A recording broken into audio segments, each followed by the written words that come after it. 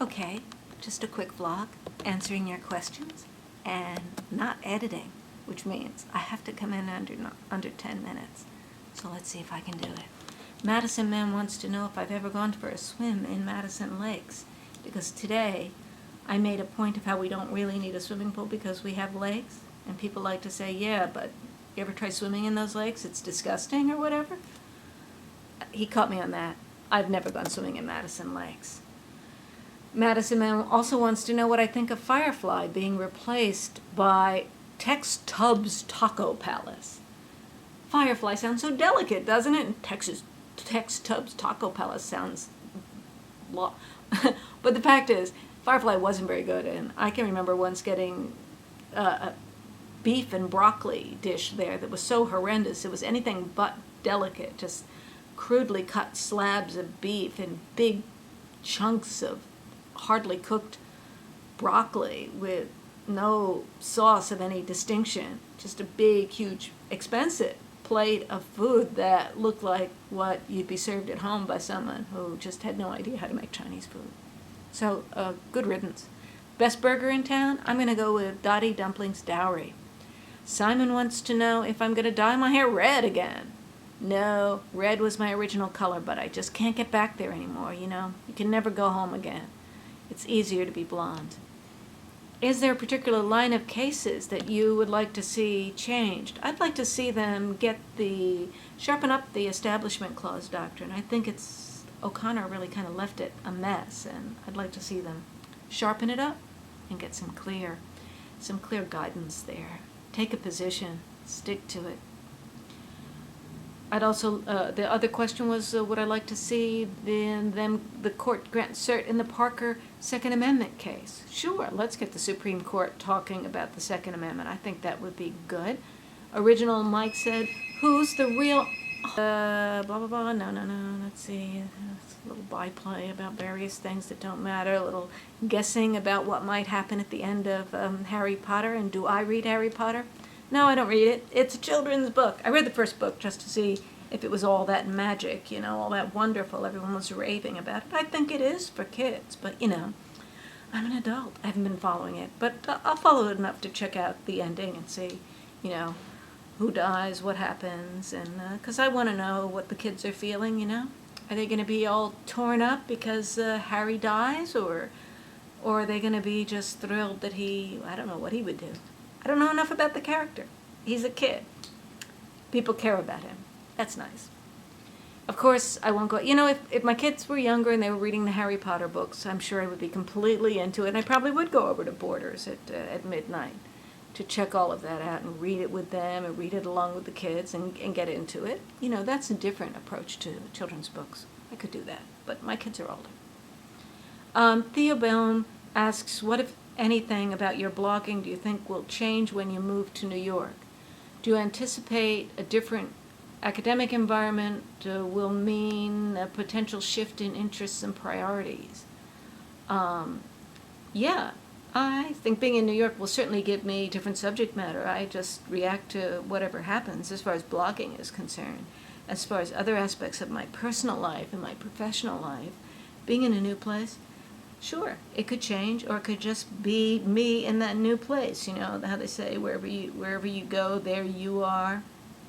I'm a pretty, I'm pretty set in my ways, so it'll probably just be me in New York, being me in New York. I don't think I can change New York, and I don't think New York can change me. Although, you know, I don't think Madison changed me. I've been in Madison for 25 years, or 25 years, not quite. More than 20 years.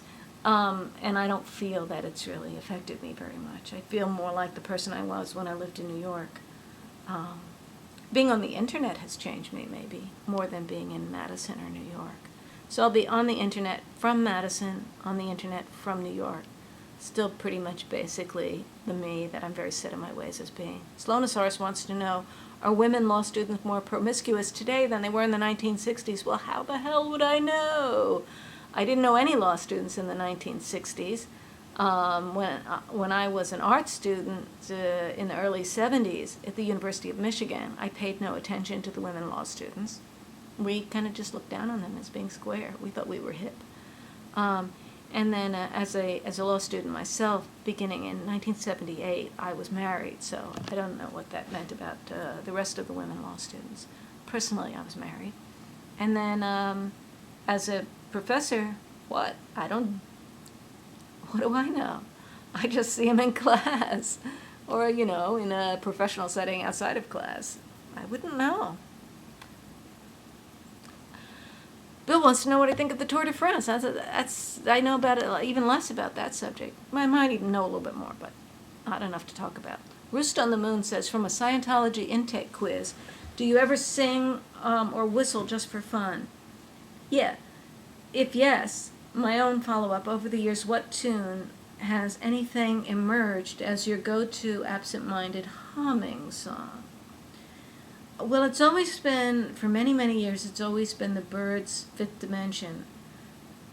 You know that song? Oh, how is it that I could come out to here and be still floating and never hit bottom and keep falling through, just relaxed and paying attention? I don't know. That's gotten me out of a jam many times, thinking about that. It's sort of nothingness, isn't it? But it's got a certain lulling quality that I find helpful. S. Phillips says, why are you so obsessed with Democrats' breasts? And when are we going to see yours? Do you have any? That's the kind of question people ask me. Ruth Ann Adams says, do you prefer the Marx Brothers or Monty Python for sheer comic delight? I prefer the Marx Brothers.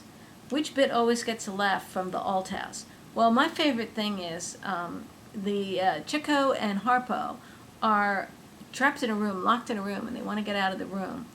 And so they have a rope, and Chico says, tie onto the bed, throw the rope out the window. So Harpo takes off his tie, throws it on the bed, and then throws the rope out the window. So the tie's on the bed, and the rope is completely out the window. He's supposed to tie the rope onto the bed, and then they were going to climb down the rope, but it's like, tie the rope on the bed, tie onto the bed, throw the rope out the window. I think that's in Horse Feathers. And another thing about Horse Feathers is I really love, it's like the professor thing in the beginning when Groucho is president of the university and he sings Whatever It Is, I'm Against It. I like that, whatever it is, I'm against it. Alpha Liberal said, are you comfortable knowing Cheney will be acting president for a few hours tomorrow while Bush gets his colonoscopy? Not only am I comfortable knowing that Cheney will be acting president for a few hours tomorrow while Bush gets his colonoscopy, I hope Bush will be comfortable getting his colonoscopy. No more questions.